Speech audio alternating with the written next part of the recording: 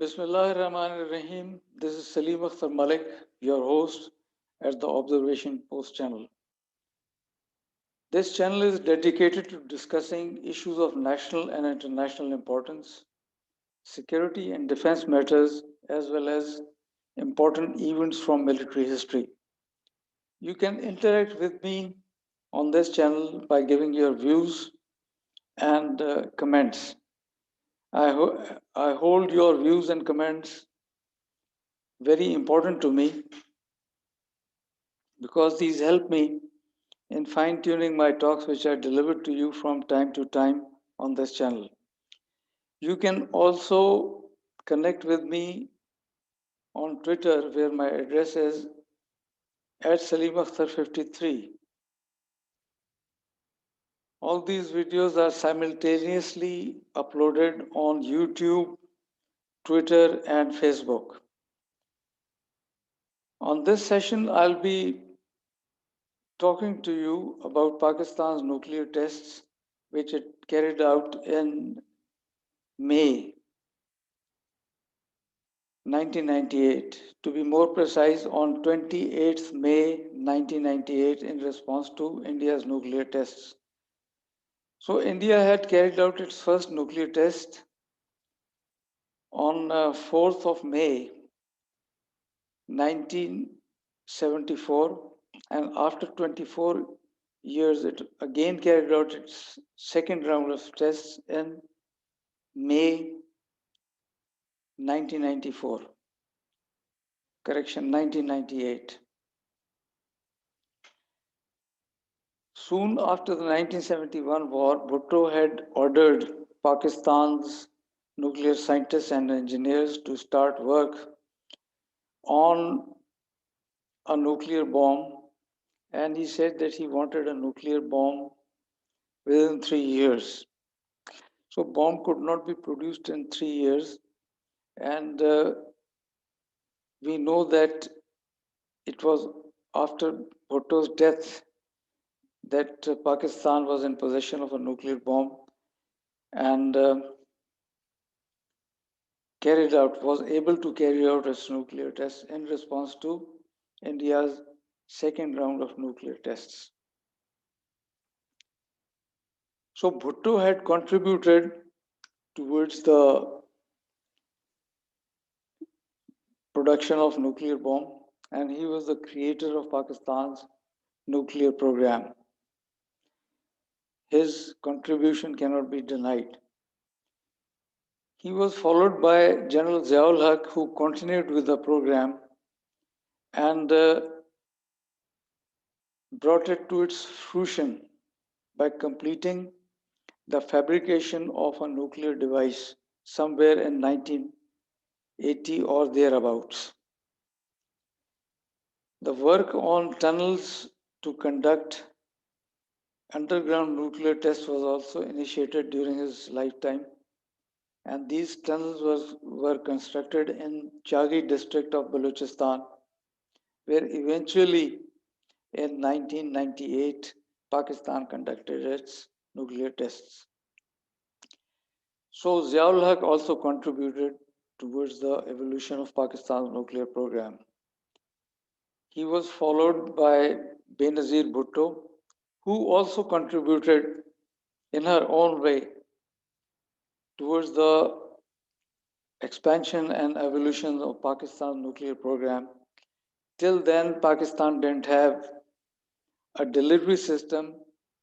So Benazir Bhutto, through her diplomatic efforts, created and concluded an agreement with North Korea for transfer of missile technology to Pakistan, and Pakistan's missile program is based on technology which it got from North Korea. Pakistan got technology from other countries also, but the basis or the foundation was laid by borrowing of technology from North Korea. So she also did her bit in evolving Pakistan's nuclear program. Then, thereafter, during the 1990s, there was a game of musical chairs in which power fluctuated and was deflected to either Nawaz Sharif or Benazir Bhutto. So alternately, they became the prime ministers of this country. And during this time, Nawaz Sharif had been prime minister for 2 tenures. However, we don't find any contribution by Nawaz Sharif. You can check it. It is on record that he didn't make any contribution towards Pakistan's nuclear program, except ordering, which is again controversial, whether he ordered the nuclear tests on 28th May 1998 or it was somebody else, because since its inception, Pakistan's nuclear program had always been under the supervision of Pakistan Army. And the political leaders had always been leaning towards the army to be directed as to what to do in strategic matters. And this is what happened in 1998 also, and this is also confirmed by Dr. Abdul Qadir Khan, who has been known as the father of Pakistan's nuclear program. He said that Nawaz Sharif was in fact reluctant to and afraid of carrying out nuclear tests. So naturally, there were other players in the establishment which took the matter in their own hands, and Pakistan conducted its nuclear tests and became a declared nuclear power. So the question arises, why did India carry out nuclear tests in 1998 when it had already become a nuclear power in 1974? So there are 5 reasons to why India conducted its second round of nuclear tests. The first reason is that India wanted to call Pakistan's bluff regarding its nuclear program, because Indian leaders had always considered that Pakistan's nuclear program was a bluff. Pakistan was bluffing the world, and Pakistan did not have the technological expertise to fabricate a nuclear device.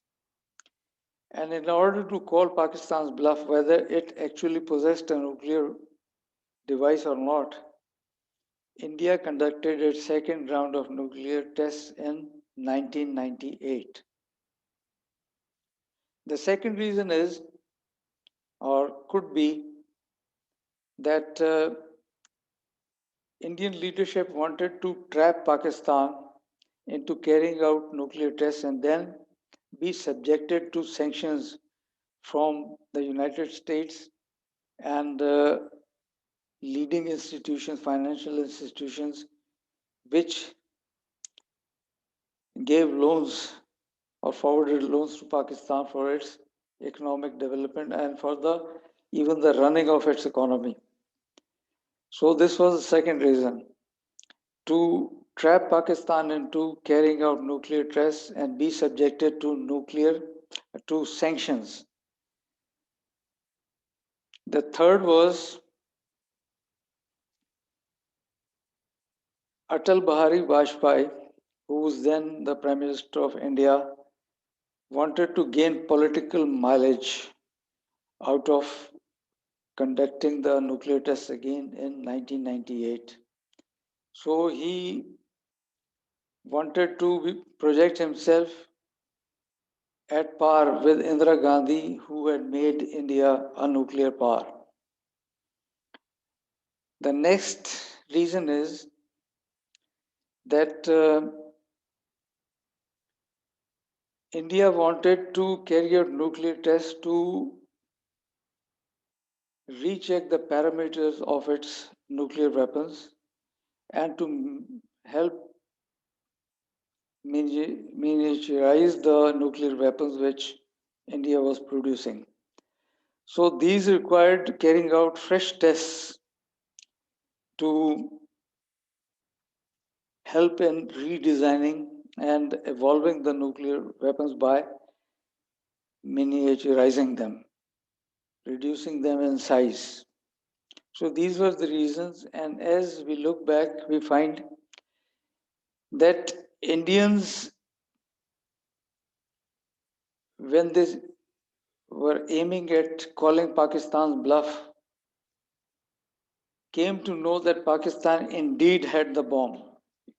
And it was not a bluff. Pakistan's nuclear program or nuclear and its ability to produce a nuclear device was not a bluff. So that they came to know. The second objective of the Indian leadership was to trap Pakistan into carrying out nuclear tests and as a result be subjected to sanctions from America and lending financial institutions, and this also happened. Pakistan sanctions were imposed on Pakistan and India both, but then Indian economy was resilient enough to withstand the sanctions, whereas Pakistan had a weak economy altogether, and Pakistan was in deep trouble as a result of the sanctions which were imposed on it when it carried out the nuclear tests. The third aspect was gaining political mileage. Well, Atal Bihari Vajpayee also gained nuclear correction, political mileage, as well as the same happened with Nawaz Sharif. Both gained political mileage out of it.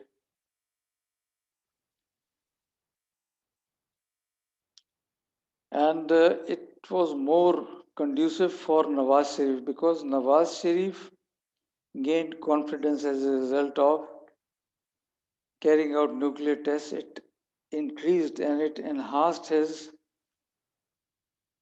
self confidence. And this self confidence made him deal with India from a position of strength. And as we all know, that soon after the nuclear explosions, there was a visit by Atal Bihari Vajpayee in which the Kashmir dispute was also discussed, and it was agreed that future discussions on Kashmir will take place in order to find a solution which would be agreeable to both the sides. The last reason was to help India in developing or redesigning its nuclear weapons as well as miniaturization of nuclear weapons. Well, it is said that in the garb of Indian nuclear tests, Israelis also got their own nuclear devices tested. Now, Israel is an undeclared nuclear power which had started in its nuclear program somewhere in the 1950s with French help, but it has never declared that it is a nuclear power. And it has always created an ambiguity regarding its nuclear capability.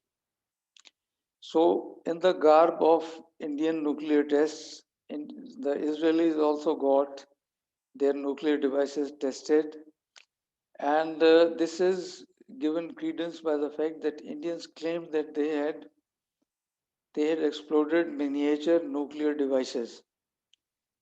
That is to say, neutron bombs.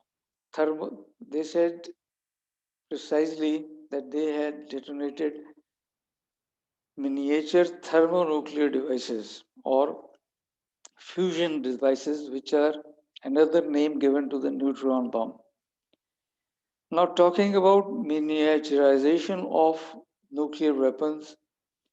France had been conducting nuclear tests in the air, but it also stopped carrying out nuclear tests because in the late 1970s, the scientific capability was there to design or to redesign the nuclear weapons by using computer software.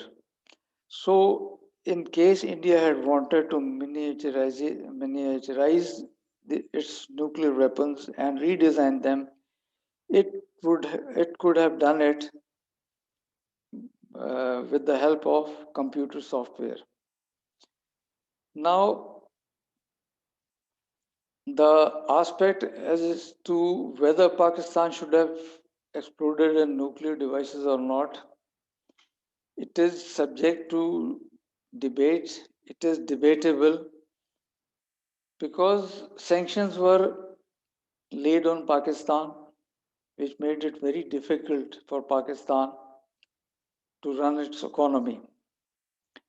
And as I said in the beginning, that a nuclear device is an instrument of deterrence. It is made never to be used, and it is like a game of chess.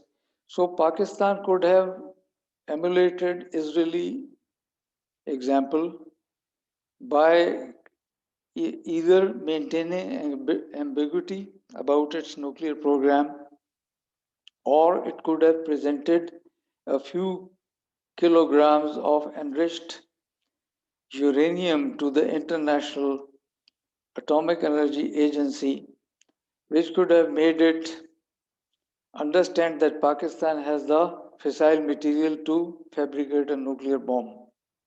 Or it could have released or leaked photographs of a knocked down nuclear device as Israel did during the 1980s to let the world know that it is in possession of nuclear bombs.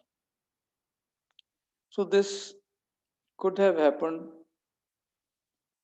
As for India and Pakistan's nuclear program, well, India's nuclear program is aimed at making India or retaining for India the membership of the exclusive club, which I call the geostrategic aristocracy. It gate crashed into the nuclear club only to satisfy its ego. Pakistan didn't have any such problem, and Pakistan's nuclear program had always been India specific in order to prevent India from blackmailing it. Pakistan had also defanged India's cold start strategy by developing tactical nuclear weapons, which could be used in case of an Indian large scale mechanized assault against Pakistan. However, a tactical nuclear weapon may be launched in a tactical scenario, but it could have strategic implications, and the nuclear conflagration could accelerate to a level where it becomes unmanageable for both the belligerents. So, this is all which I wanted to say in this session. See you in the next session with another video with a new topic. Till then, bye bye.